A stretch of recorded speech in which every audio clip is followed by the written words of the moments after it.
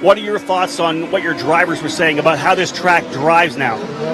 It's certainly challenging with less downforce, so I think they're all experiencing that. I think obviously we did have a good test here last week, but it's a different day.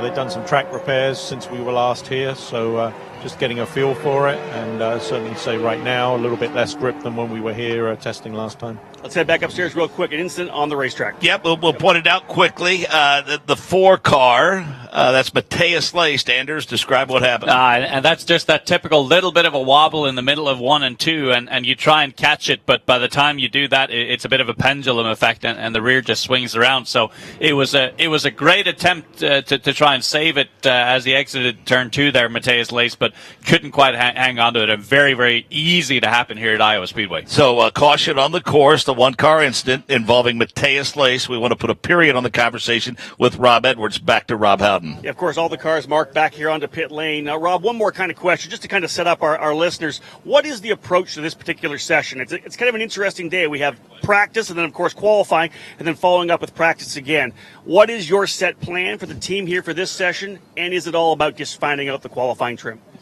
This first session is pretty much about finding qualifying trim, right? We obviously went away, looked at what happened at the test last week, came back with a few ideas, hopefully how to make the car better than it was.